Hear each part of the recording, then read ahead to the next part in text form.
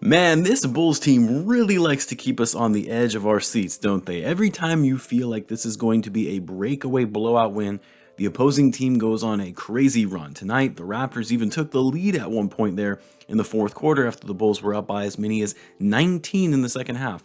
But the Bulls were able to close out the game and snag a win like not something you would have seen last season after blowing a big lead. The Bulls have now won two in a row before they head to San Antonio on Friday to take on the Spurs. And this win keeps the Bulls a half game back behind the Miami Heat.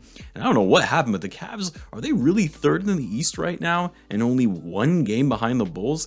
Did not expect that. This after the Nets and Bucks have fallen in the standings most recently. But anyway, a good win tonight for the Bulls, so let's talk about it. Now, there were a few things that really stood out to me in this game.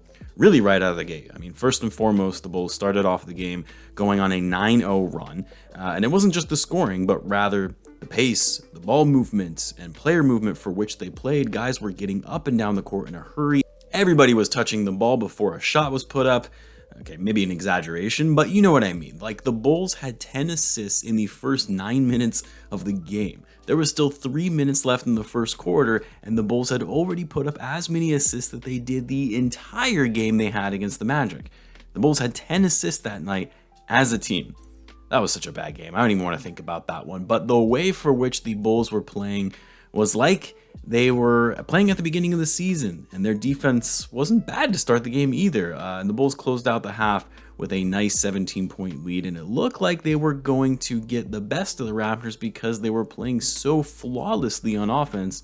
And then the second half hit. Again, just like last night, or I guess the last game anyway, against the Thunder, where the Bulls had a big lead and allowed that to just all evaporate. So what happened? Well, I think the most important call out, aside from the defense, which I'll talk about, but it was the fact that the ball movement completely stopped. Like, to put it into perspective, the Bulls had 22 assists in the first half and 10 assists in the second half. They still finished with more than 30 assists, which I've always said the Bulls, when they tally 30 or more assists, they don't lose. They've only lost one game so far this season whenever they finish with 30 or more assists. But I've been harping on it all season. This team is leap and bounds better when they are pushing the pace, moving the ball around, and guys are active and moving around and cutting to the basket. Like, the numbers are there. We've seen it countless times how much better this team performs when they're playing team basketball versus ISO-heavy systems.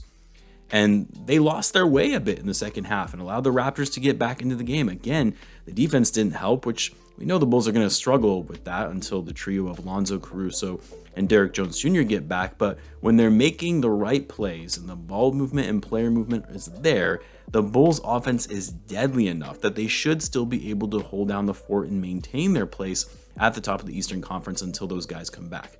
Also, give the Raptors credit. They are a scrappy and hustle team, which is why they have been playing so well recently. Yes, the Raptors didn't have their best scorers tonight in Van Fleet, which obviously that helps the Bulls, but their length and size tonight is what caused a problem for them, and Nick Nurse made those roster adjustments in the second half when it was clear the Bulls were struggling from that. Like, the Bulls were fighting to get rebounds in the fourth quarter, and then obviously Gary Trent Jr. started heating up and went on a tear, basically taking all of Van Fleet's shots. But anyway, what was great about this game was the solid performances from the Bulls' big three. All contributed massively on the offensive end. And how about Vucevic? 2 games in a row now where he has come up big for the Bulls. And of course, Vucevic came through in the clutch tonight, hitting that dagger 3 with 13 seconds left to put the Bulls up 6 that sealed the deal. Vucevic was actually flirting with a triple-double tonight, 17 points, 15 rebounds, and 8 assists, and he did so on his best shooting night from the field, going 8 for 11 from the floor. What I liked seeing from Vooch was that he wasn't settling for outside shots and was actually being active and aggressive in getting to the paint, posting up on guys smaller than him, challenging plays, and fighting for rebounds. Like, we just haven't seen Vucevic do that consistently this season, and hopefully this gives him enough confidence going forward for the rest of the year, knowing that if he continues to play in this fashion, good things are going to happen. But, you know, this is why I was never really in the trade Vooch camp, because he's still an incredible player, and the Bulls are certainly going to need him when they're down players. Then Zach Lavine, his second game back, and was looking more to form, still struggling a bit with his outside shot. He only shot 1 for 5 from 3, but he was being aggressive and driving to the basket. He was 9 for 16 from the field, 23 points, 8 rebounds, and 8 assists. Even he had a near triple-double. And then you also had DeMar DeRozan was incredible, scoring 29 points, 7 rebounds, 7 assists, 11 for 19 from the floor. Did his thing in getting to the foul line as well. He did turn the ball over 4 times, though. And then Javonte Green, again, another one of my favorite players because he just does all of those little things, works his tail off, plays hard on every possession, and just always seems to know where to be on both ends of the floor. His court awareness is next level. Javonte actually had 12 points and 6 rebounds in 24 minutes and 0 turnovers. Now, as for Ayo, I think most people will look at his stat line tonight and say, oh, Ayo had a bad game. Like he shot 3 for 10 from the floor, 0 for 4 from 3, 7 points, 2 rebounds, and 4 assists, and in 38 minutes.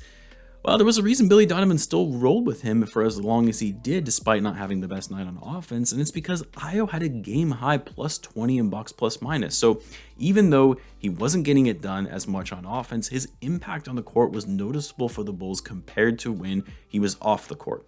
Ayo also had 0 turnovers for the game as the Bulls' starting point guard, which is very key when you're running the floor. Not a lot coming from the bench tonight for the Bulls. Coby White has still been struggling a bit with his shot, although he did have a big 3 and had some nice drives to the basket off of pick and rolls, which he has improved greatly this season. But Coby is now 3 for 26 from 3 in his last 4 games. Big time yikes. Hopefully he's able to shake off this slump because, again, we're going to need his scoring. Troy Brown Jr. also had a nice game as well, some nice plays here and there. What I liked seeing from Troy was the fact that he was hustling and fighting for rebounds, hit a few big shots. Outside of that, though, not really a ton off the bench that you could really be wowed about. What surprised me was that Tony Bradley was a DMP, especially when the Raptors started switching it up and playing bigger.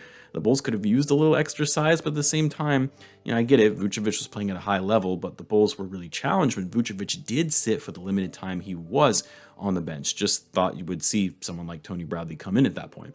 Anyway, though, overall, glad to see the Bulls get a win. To be honest, I thought this was a game the Bulls were probably going to lose based on the matchups and the fact that we're without Lonzo and Caruso. But again, the big 3 showed up well tonight when you needed them. The Bulls shot really well from the floor at 55%. However, they just are massively struggling from behind the arc. Another sub 30% game from 3, and this coming from the best 3-point shooting team in the league by percentage. It's possible they have lost that spot now. Tonight, they were 7 for 26 from 3. It doesn't help when you also don't have Lonzo, who is one of your better 3-point shooters. We'll take the W. Bulls improve to 30-17. They are off until Friday. Tomorrow, guys, I will finally have my video out that I've been wanting to upload for the past week now, but I kept putting it off because we kept getting breaking news between Lonzo's injury, Caruso's injury, or a game day video, etc. So Bulls are off tomorrow. I'm finally going to post it. I hope you like it. It's a little bit different than my usual videos, so be on the lookout for that. Until then, as always, be sure to subscribe if you're a Bulls fan, as I do post daily Bulls content. Thanks again for tuning in, guys, and I will catch you in the next one.